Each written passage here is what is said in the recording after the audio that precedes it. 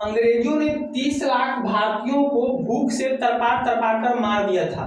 जय हिंद दोस्तों, आज हम लोग समझते हैं कि कैसे इंग्लैंड के प्रधानमंत्री विंस्टन चर्चिल के एक फैसले के कारण लगभग 30 लाख भारतीयों को बंगाल में भूख से तड़पा तड़पा कर मारा गया था।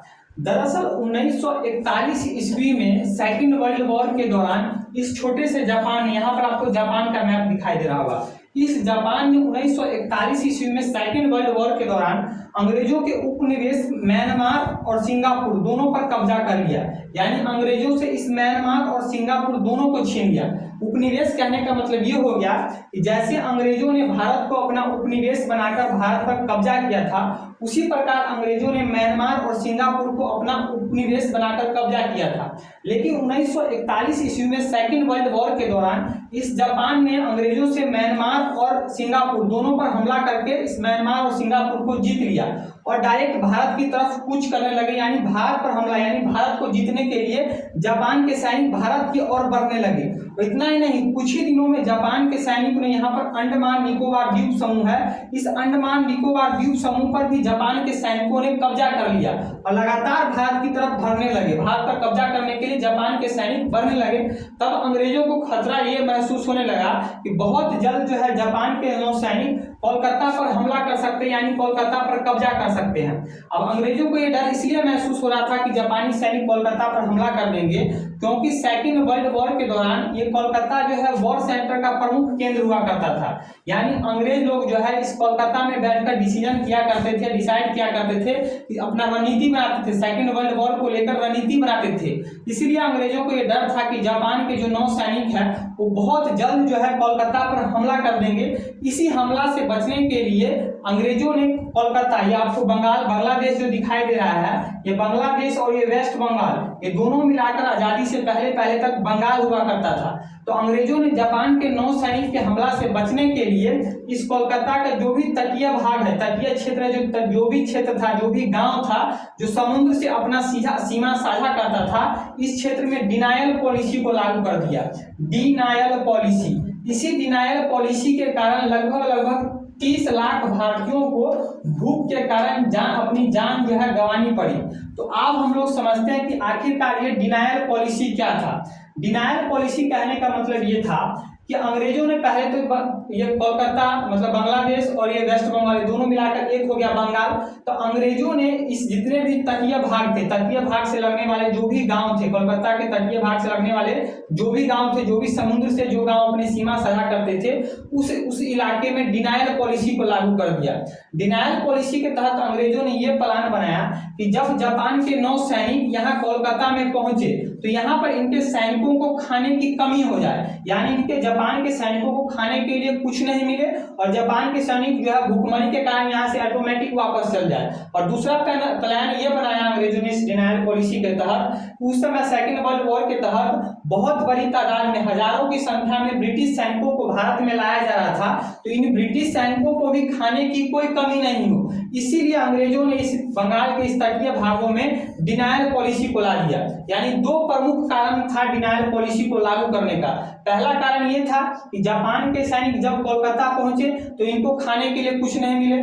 दूसरा कारण ये था कि जो अंग्रेज यानी ब्रिटिश सैनिक जो भारत में आ रहे थे उनको खाने के लिए कोई कमी नहीं हो, यानी एक को खाने की कमी हो जाए, जापान के सैनिक को खाने की कमी हो जाए और इनके सैनिकों को खाने की कमी नहीं हो। अब इस डिनायल पॉलिसी के तहत अंग्रेजों ने क्या किया कि इस मतलब कि जब बंगाल के जो भी तटीय भाग थे, तटीय गांव थे जो समुद्र से अपने सीमा साझा करते थे, उन गांव में जबरन जाके अंग्रेज के सैनिक उन गांव के घरों में जबरन जाकर चावल को जब्त करने लगे। चावल यानी राइस को जब्त करने लगे और उस राइस को लाकर सरकारी कोठरी में जाके जो है जमा करने लगे। यानी सभी गांवों से चावल इकट्ठा करने लगे। सभी गांव, जो भी गांव समुद्र से अपना सीमा साझा करते थे, उस गांव का अंग्रेजों ने चावल छीनना स्टार्ट कर दिया, घरों में जाकर चावल छीनने लगे और उस चावल को लाकर अपने जो है सरकारी खजाने में रखने लगे, यानी सरकारी जो भी कोठरी था उसमें रखने लगे। जिस कारण यहाँ के जो भी गांव थे जो समुद्र से अपनी सीमा साझा करते थे, उन गांव में जो है चावल की कमी होने लगी।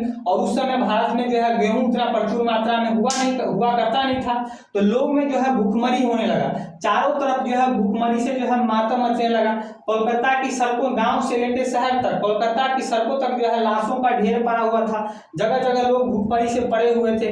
यहाँ आप लोग देख सकते हैं कि रियल इमेज है, कोई बनाया गया इमेज नहीं है। ये जो है आपको जो कोलकाता में अंग्रेजों ने डिनायल पॉलिसी को लागू किया था, तो उस समय के जो है कोलकाता के लोगों का एक फोटो है। आप लोग देख सकते हैं कि इनका हालत क्या है भूखमरी के कारण। शरीर का एक एक हड्डी दिखाई दे रहा है। इनके जांघ का हड्डी ऐसे लग रहा है जैसे कोई बांस का फट्टा रखा हुआ है। आप लोग देख सकते हैं कि छाती का हड्डी दिखाई दे रहा है। इनको एक्सरे करने की कोई जरूरत नहीं है। खेतों में जो है लोगों का लाश का कंकाल पड़ा हुआ था। लोग भूखमरी के कारण जहां बैठे थे वहीं बैठे रह जाते थे। सही कितना दिन लोग भूख से बर्दाश्त करेगा। तो लोग जो खेत में कोई बैठा था तो वहीं बैठ के जो है अपनी जान जो है भूख से तरफ तरफ के जो अपनी जान को दे देता था, और उसकी लाश को जो है जानवर जो है जंगली जानवर खाते थे। उसके बाद उनका कंकाल ऐसा मिलता था। तो बहुत ही जो है चारों तरफ जो है एकदम मातम सा माहौल बना हुआ था भूखमरी के कारण। उसी समझिए कि ऐसा स्थिति बना हुआ था यहाँ भूखमरी के कारण। लोग इस तरह भूखमरी से मर रहे थे कि उस समय के एक इतिहासकार थे माइक डेविस ने यह कहा था कि बंगाल में भूखमरी से मरने वाले लोगों की हालत वैसी है जैसे नागासाकी और हिरोशिमा पर परमाणु बम गिराने के कारण जैसे लोग तरफ तरफ के मर रहे थे, उसी प्रकार लोग बंगाल में भूखमरी के कारण तरफ तरफ कर मर रहे थे। वहीं दूसरी तरफ जब इंग्लैंड में इंग्लैंड का प्रधानमंत्री विंस्टन चर्चिल और वॉर कमेटी का कैबिनेट का जब बैठक हुआ, तो उस कैबिनेट में यह कहा गया कि अंग्रेजों बंगाल में भूखमरी से जो लोग मर रहे हैं उसके लिए इंग्लैंड से 5 लाख टन गेहूं को भेजा जाए। लेकिन विंस्टन चर्चिल ने ये कहते हुए मना कर दिया कि 5 टन गेहूं नहीं जाएगा। ये कहते हुए मना कर दिया कि भारत के लोग खरगोश की तरह बच्चा पैदा करते हैं, इस अकाल के लिए भारत के लोग खुद जिम्मेदार हैं। विंस्टन चर्चिल ने यह कहा कि खरगोश की तरह बच्चा पैदा करने वाले भारत के लोग इस भूखमरी के लिए खुद जिम्मेदार हैं। तो मैं इस विंस्टन चर्चिल से यही कहना चाहूँ, तो मर गया बुढ़ा, लेकिन अगर टाइम मशीन होता तो टाइम मशीन में जाकर अगर मुझे पास्ट में जाने का मौका मिलता तो इस बुढ़े यानी इस विंस्टन चर्चिल को मैं यही कहता कि बेटा तुम सही कह रहे हो कि हमारे भारतीयों ने जो है खरगोशों की तरह बच्चा पैदा किया। एक घर में 5-5, 6-6 बच्चे आए, 8-8 या 10-10 बच्चे पैदा हुए, ये बात मान लेते हैं। लेकिन भारत के लोगों ने, भारत की परंपरा में भारत के लोगों ने अगर 8-8 बच्चे पैदा किए, खरगोश की तरह बच्चा पैदा किए, तो उस बच्चे को अपना बच्चा माना, यानी उस बच्चे को बोला कि हाँ मैं तेरा बाप हूँ, मैं तेरी माँ हूँ, ये माना, स्वीकार किया कि तुम मेरे बच्चे हो। लेकिन तुम्हारे यूरोप की परंपरा की तरह नहीं, तुम्हारे इंग्लैंड की परंपरा की तरह नहीं कि आज इस औरत के साथ सो गए, कल उस औरत के साथ सो गए, कल उस औरत को प्रेग्नेंट कर दिया। प्रेग्नेंट करने के बाद जब उस बच्चे, औरत का 9 महीने बाद जब बच्चा होता है तो उस बच्चे को पता ही नहीं कि उसका बाप कौन है। वो औरत भी बच्चा को पैदा करने के बाद उस बच्चे को जो है कॉन्वेंट में डाल दिया जाता है, और वही बच्चा जब बड़ा होता है तो उसको, उसी बच्चा को सिखाने के लिए कि भैया ये तुम्हारा बाप है, ये तुम्हारी माँ है, तो फादर्स डे और मदर्स डे मनाया जाता है। तो वैसी परंपरा हमारे भारत में नहीं है। इस बुढ़े ने कहा था कि खरगोश की तरह भारत में लोग बच्चा पैदा करते हैं। इतना ही नहीं, ये बुढ़ा इतना हरामी था कि उस समय जो कलकत्ता के आपके मेयर सैयद बदरुजा थे, इस सैयद बदरुजा ने उस समय अमेरिका के प्रधानमंत्री रूजवेल्ट को एक पत्र लिखा कि बंगाल में लोग भूखमरी से मर रहे हैं, आप कुछ हमारी सहायता कीजिए, आप हमको अनाज जो है कुछ अनाज भेजिए, कुछ गेहूं भेजिए, कुछ चावल भेजिए।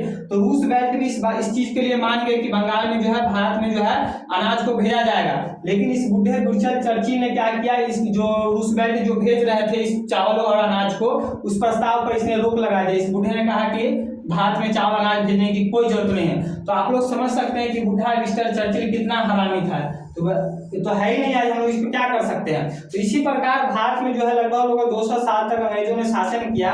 ये तो कुछ नहीं है, ये सुन के आप लोग देख रहे होंगे, जरूर आप लोग भावुक हो गए होंगे। इसी तरह अंग्रेजों ने बहुत अन्याय किया, भारतीयों पर बहुत अन्याय किया, और फाइनली जो है 15 अगस्त 1947 को भारत को आज़ादी मिली, और हम लोग जो है अभी जो वर्तमान में चैन की नींद जो है सो रहे हैं, सुकून से जी रहे हैं। तो आई होप अगर इस वीडियो आप लोग को अच्छा लगा हो तो इस वीडियो को ज़्यादा से ज़्यादा अपने दोस्तों के साथ शेयर कीजिएगा। मेरे चैनल शुभम दुबे को सब्सक्राइब कीजिएगा। आज के लिए इतना ही, मिलते हैं नेक्स्ट वीडियो में नए टॉपिक के साथ, तब तक के लिए जय हिंद।